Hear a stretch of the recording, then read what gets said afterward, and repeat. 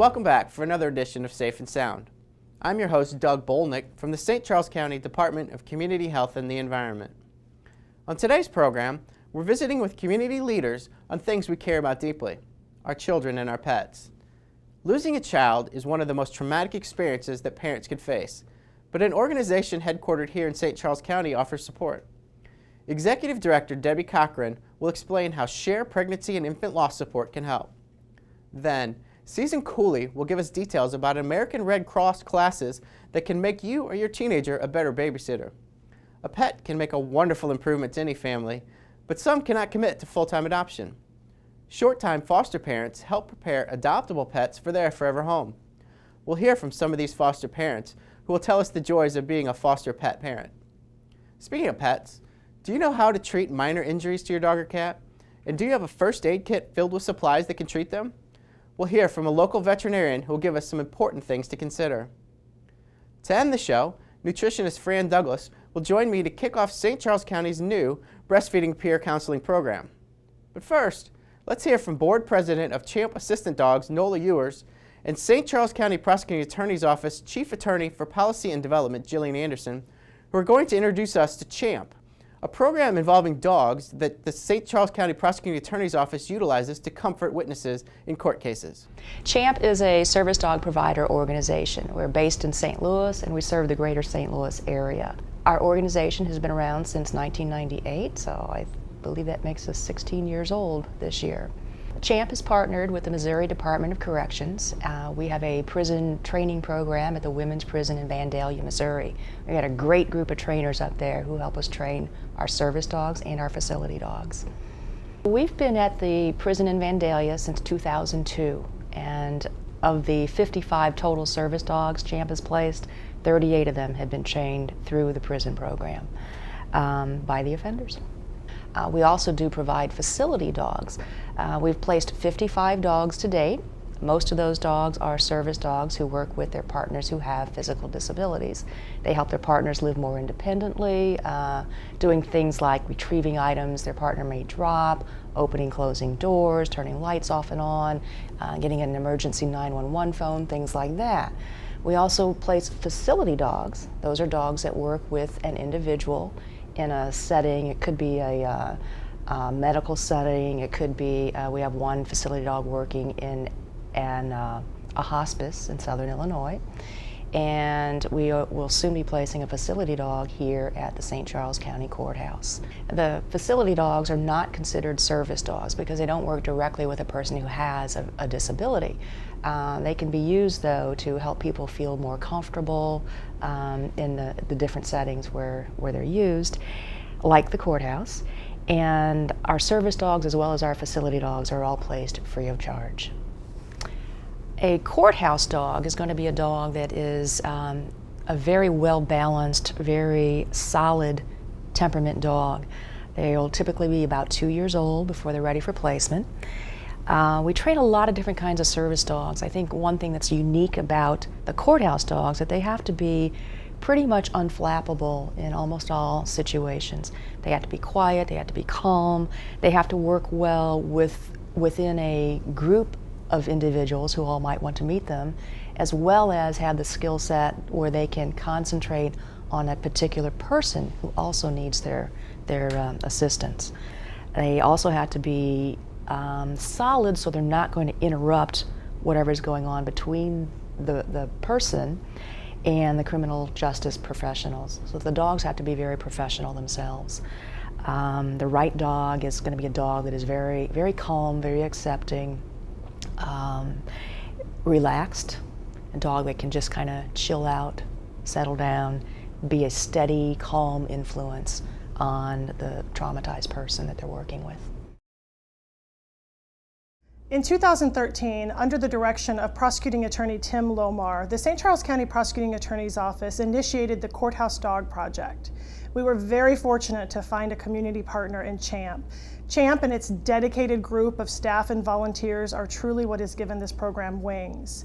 In St. Charles County, we use the courthouse dog to support children who have been victims of sexual or physical abuse, and we support them by bringing in the dog into the courthouse whenever the child needs to visit the courthouse, whether that be for a deposition or for trial testimony.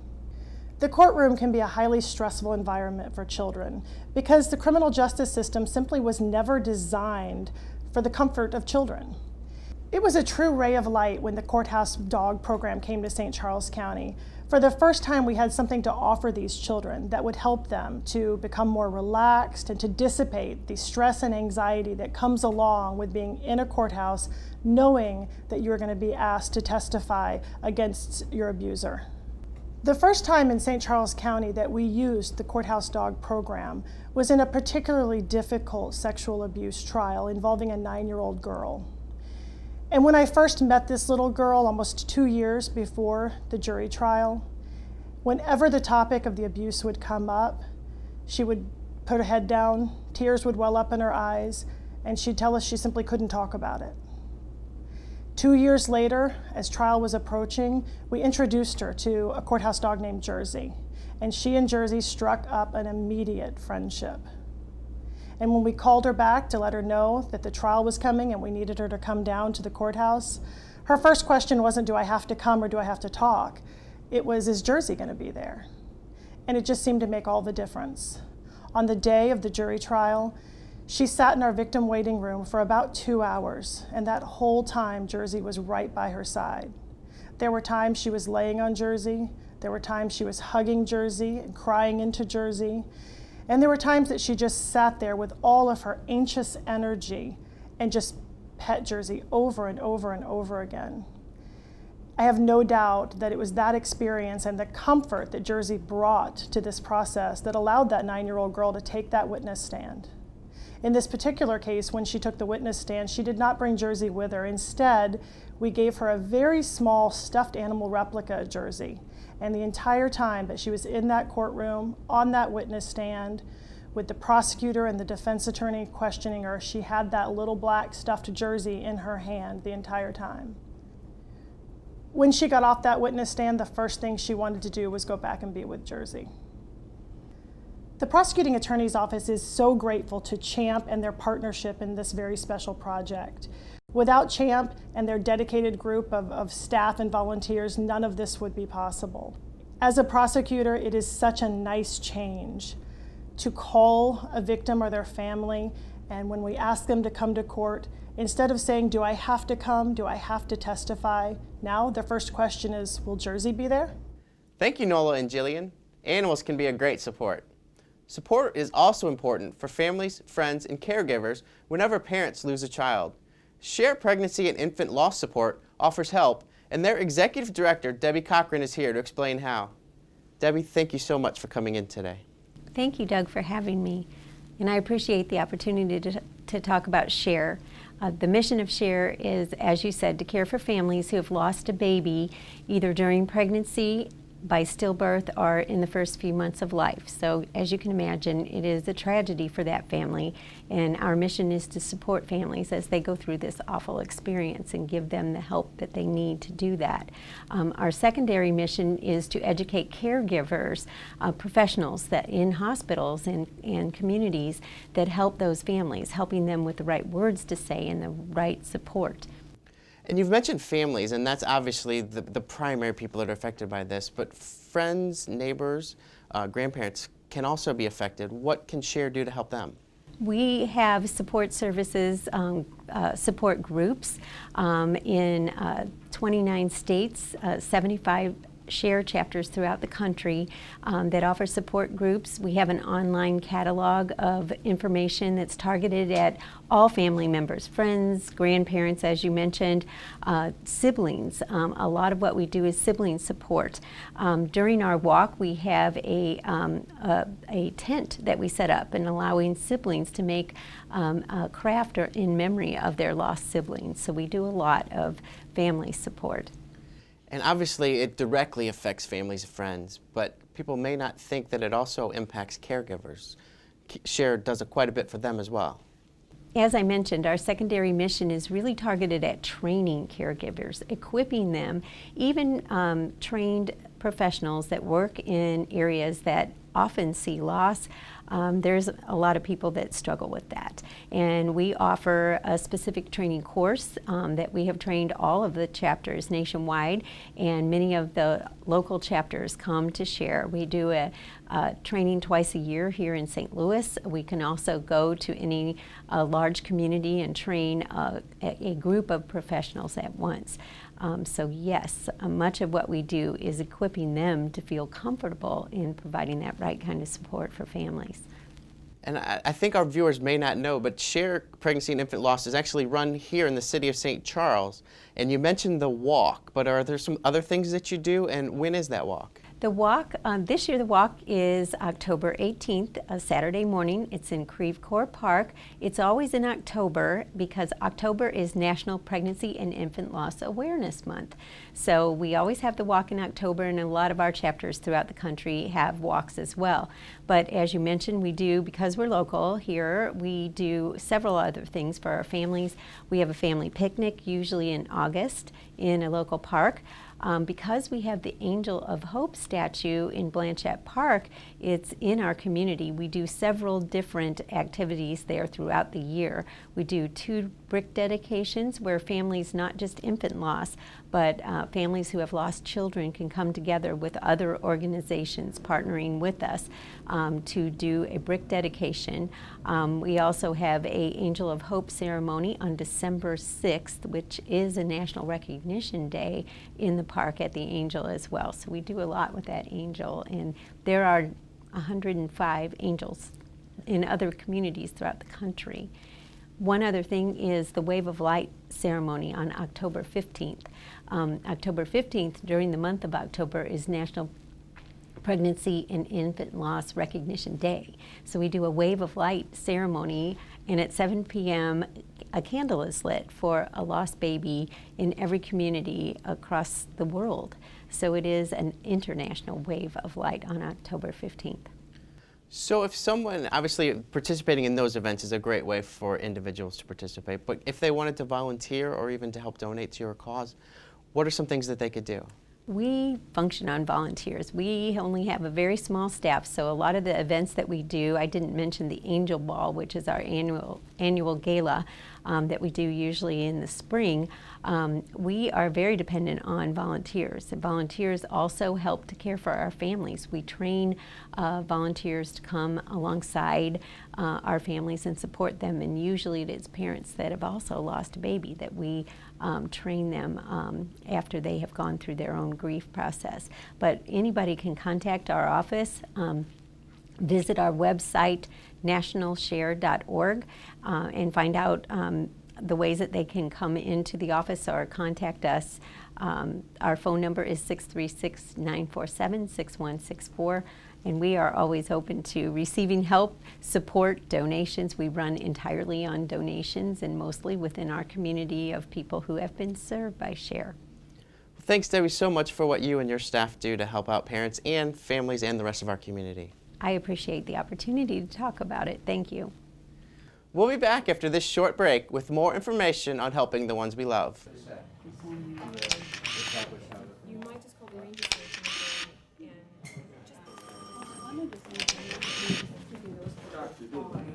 Welcome back to Safe and Sound. On today's show, we're discussing ways to care for our kids and our pets. Next, Season Cooley from the American Red Cross joins me to talk about babysitting. Season, thank you so much for coming in today. Thanks for having me. So what type of person makes a good babysitter? Somebody who is knowledgeable, on top of that, someone who's been trained. You have the knowledge and then you have the actual training. And probably just looking for someone who is similar to your children. You know, if your children like to read and be quiet and you hire someone that likes to be outdoors and be really active, it may not be the best fit.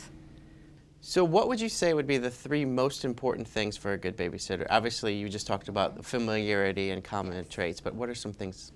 Knowledge, training, and readiness is also really important when you're looking at that younger age set. Are they actually emotionally ready to babysit? Well, getting people ready is one of the things that your classes do. Could you tell us a little bit about them and about how long they are? Sure. Babysitting classes are about 8 hours long, usually scheduled from 8:30 to 4:30, and they're going to learn absolutely everything we can give them that day. We'll start out with the basics, maybe how you go about starting a little business, how you do that safely, finding jobs safely, even things like creating a resume. And this is kind of designed for the 11 to 15 sets, so that's something a lot of them haven't thought about. As we move through the day, we'll start to get into some child development things. You know, what ages like to do what things, or what kind of toys should these ages be playing with. And then a bulk of the later part of the day is spent on safety.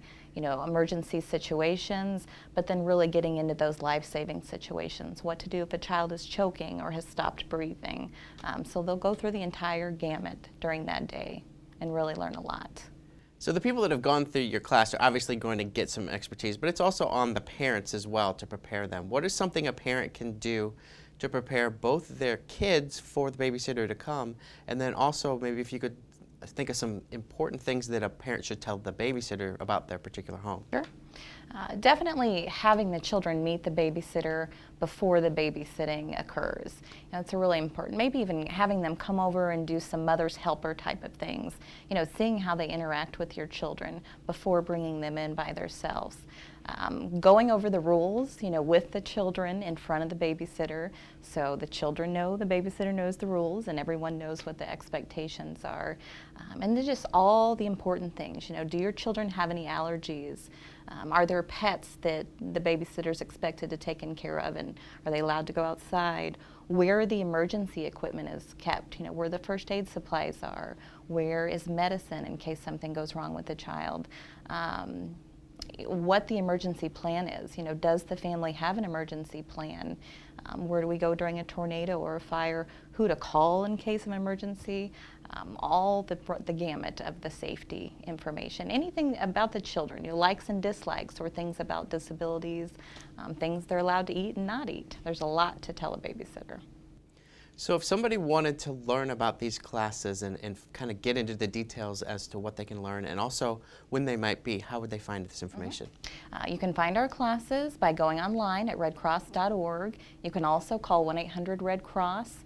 We do have an online-only version of our babysitting class, and we also have a new version that's advanced training targeted at those 16 and up as well. Well, thanks so much for this information, Susan. I think the people will definitely get a lot out of your class. Thank you. I appreciate it. Another type of caregiver can help animals prepare for adoption. Let's hear from some foster parents themselves about why they love to foster and how you can be a foster parent as well. To be a foster parent, it takes an amount of time to devote to the animals, an area where they can get their exercise, and a real compassion for giving them love and care that they need. Fostering a pet entails a little bit of time, a little bit of space, and it's a lot of fun. Primarily though, you need to make sure you've got the room for a pet or for a small animal, and then also it takes time, so it's better to get a pet that works with your schedule. So cats are much better if you're very busy. Puppies take more time. Dogs need to be walked.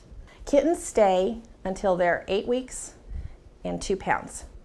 If they happen to be a little bit larger at 7 weeks, they can go for adoption. If it takes them longer to put on weight and get to that size, then they'll stay longer. I've had kittens stay as long as 12 and 14 weeks.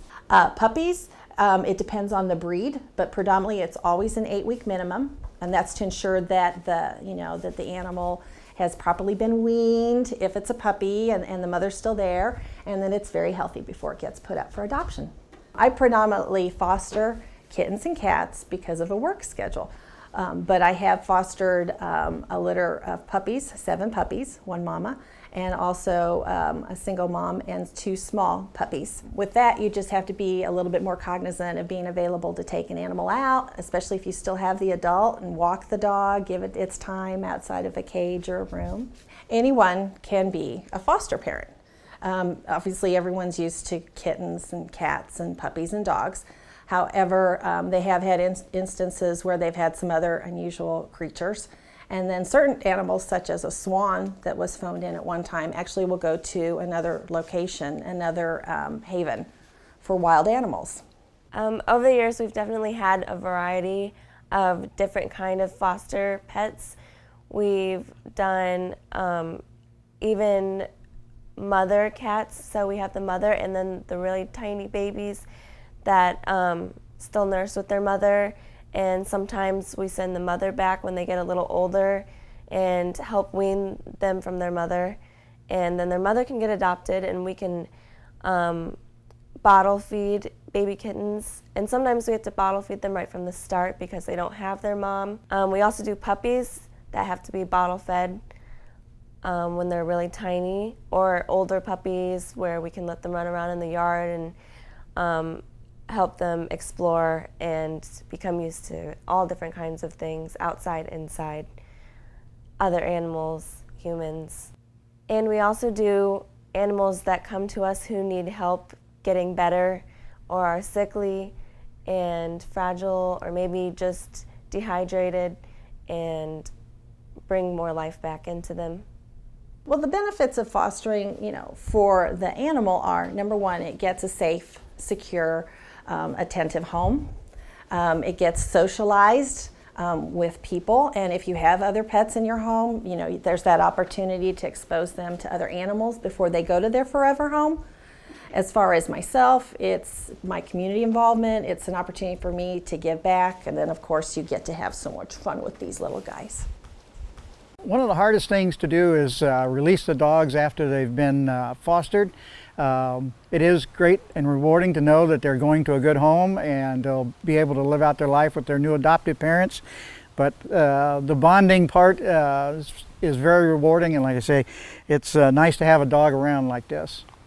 Fostering has brought a lot of joy to our family over the years. I liked it when I was a kid, I still like it, and we've learned how much of a difference it actually does make, not just loving on them, but making them more adoptable for other families. And even though we have to say goodbye, it's still a rewarding thing to do, to say goodbye knowing that we're saying goodbye so they can go into another loving family that will love them as much as we did and show them as much as love as we showed them.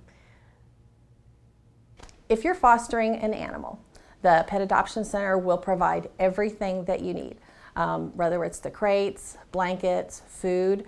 If your pet might have a minor infection or needs a little bit of medical attention, they'll give you the necessary antibiotics and give you instructions on exactly what you need to do.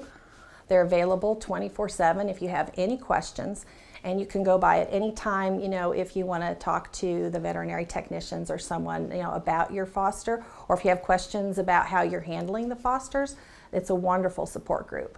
A person or family can become a foster parent or foster family through the Pet Adoption Center simply by contacting the St. Charles Humane Services group or pop in at the St. Charles County Pet Adoption Center on Mid-Rivers Mall Drive, and they will have you fill out an application and answer any questions that you might have.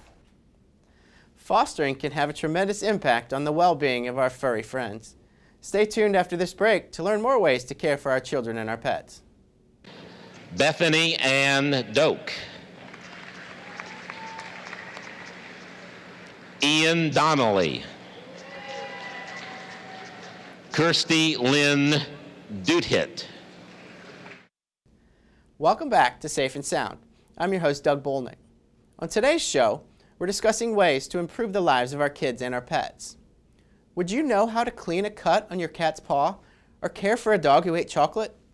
Veterinarian Dr. Bob McCool will offer quick tips and a few things to consider about pet first aid. Pet first aid involves stabilizing a pet when an emergency situation arises before you bring him to the veterinarian. So it's not a replacement for the veterinarian, it's get the pet stabilized, then get them in as quickly as you can. So that could be for your pet's bleeding. If your pet's bleeding, you got to stop the bleeding or at least slow it down before you get them to the vet. Or it could be your pet became hyperthermic, trapped inside a car, and his temperature's up, so maybe you got to cool him down a little bit with some water before you get him in, just to start some basic support before he gets in. So I think there are three most important things that you need to consider when you administer emergency treatment or CPR. Is that a lot of pets are in pain when you're doing this, and one of the biggest things people forget is even though it's their pet and they trust their pet, pets in pain will bite. So you have to be very careful when you're trying to help your pet and stabilize them that you don't accidentally get bit. That's probably the biggest thing. Number two is it's important to remember that stabilizing the pet to the best degree you can is what CPR really is. It's not really a replacement for your veterinarian. It's only to get your pet as stable as possible before you can get them into the veterinary clinic. And then the third thing that I think pet owners need to know is they should role play, practice these things before the emergency arises. I think when you're really panicked and your pet's in trouble, you're not going to be thinking as clearly as you will if you've role played it ahead of time and it's just boom, boom, boom, have it and you got it down. One thing pet owners should always keep on hand and be prepared in case of an emergency is a first aid kit. And not only have the first aid kit, but open it up, go through it, make sure they know what's included, and make sure they've thought about the different types of emergencies and that they got everything they need in case of an emergency. You know, treatment with dogs and cats really is pretty similar to people. There's really not much in the way of differences. You know, the type of emergencies you might see are different between pets and sometimes people, but you know, other than that, it's really the same steps. There's, we call the ABCs of CPR, or you know, just like people, finding an airway, make sure the airway is open, breathing for the pet if necessary. Circulation is the C, and that's just for pumping their chest just like you would a person. So really it's very, very similar. It's almost the same type of setup. So there's a couple sources that are good for teaching people how to administer CPR and what to do in the various types of emergencies. One of the best things is something called veterinarypartners.com, and it's a website that's set up by veterinarians for pet owners, and it has a whole list of different articles for different emergencies where you can get information depending on the emergency. So that's one very good resource. The other is the Red Cross, teaches you pet first aid. There are courses you can take through the Red Cross that teaches you how to administer first aid to your pet. Thanks, Dr. McCool. Knowing what to do when trouble strikes can give us a boost. Doctors declare breastfeeding to be their preferred method for feeding infants and newborns. Nutritionist Fran Douglas from St. Charles County's Women, Infants, and Children program will help explain why, and will introduce the program's new peer counseling program. Fran, welcome back to Safe and Sound. Oh, thanks for having me. So why is breastfeeding important? Is breast milk a little bit better than bottle feeding? Can you explain that? Yeah, definitely. Breast milk is a lot better than formula for a number of reasons. I couldn't possibly talk about all of them right now. But one of the great advantages of breastfeeding is it's really good for the baby's immune system. And a big reason for that is because there are live cells from the mother's body in the breast milk, and that sounds kind of odd, but actually those live cells help to boost the baby's immune system and protect the baby against things like cold viruses, flu viruses, and other types of illnesses. So that's one of the great benefits for the baby. And there are also a lot of benefits for the mother as well, such as it helps burn up to 500 calories a day. So it helps moms get back to their pre-pregnancy weight, and it can help save the mother a lot of money. Formula is very expensive, so it's inexpensive and it's convenient. It's already prepared for her. She doesn't have to make any bottles of formula in the middle of the night. So it has a lot of advantages for both the mother and the baby. So I understand that the WIC Clinic is introducing a new peer counseling program. Could you explain that to me? Sure. Our breastfeeding peer counseling program is something we just started in April of this year. And the whole goal of the program is just to help encourage mothers to breastfeed, or if they are currently breastfeeding, to help them to continue to breastfeed for as long as possible, because we know that's the best nutrition for the baby. The great thing about our breastfeeding counselors is they are mothers themselves. They're currently breastfeeding young children, so they can really relate to our moms and talk to the WIC mothers about some of the barriers that they're having or the problems that they're having, and help them work through those so that they can breastfeed as long as possible. So what are some things that moms should consider when they're doing their time breastfeeding? I think it's really important for breastfeeding moms to just take their time while they're breastfeeding and consider it a bonding experience. A lot of moms really do consider it a bonding experience because they're spending such close contact with their baby while they're nursing. Actually, while you're nursing, it releases hormones in the mother and hormones in the baby that help to relax the mother and baby and help them feel at ease. So a lot of moms say that that's a really enjoyable time and they really enjoy it. But one of the things that's important while moms are breastfeeding is to have support from family and friends so that they have more time to nurse their baby. So things that family members can do is help around the house, run errands for the mother maybe, or prepare a meal so that mom can have the time and energy to nurse her baby as often as she needs to. Kind of leading along that support, we all know that dads play a role in breastfeeding and raising a child in general. What are some things that dads can do in addition to what you've already mentioned? Definitely, fathers are a really important influence on their families and especially the mother. So I always really like it when the fathers come to our WIC appointments with their mother, or come to a breastfeeding class with the mother. It really helps them to learn more about breastfeeding and the process, and that enables them to be better supporters of the mother and encourage her to breastfeed. Saying things like really positive comments like you're a great mother or you're doing a great job really helps build the mother's confidence so that she can continue breastfeeding. Well, for people that would like to get some more information about the peer counseling program or want to enroll in that, can you tell us how they can participate? Sure, there's a lot of information available online on our website. Right now, our breastfeeding peer counseling program is only available to WIC clients. So you can find out how you qualify by visiting our website, or you can call our office to inquire about qualifying. Well, thanks again, Fran. This is great information. Thank you. And thank you for watching. Please join me next time when we'll discover new ways to keep your family safe and sound.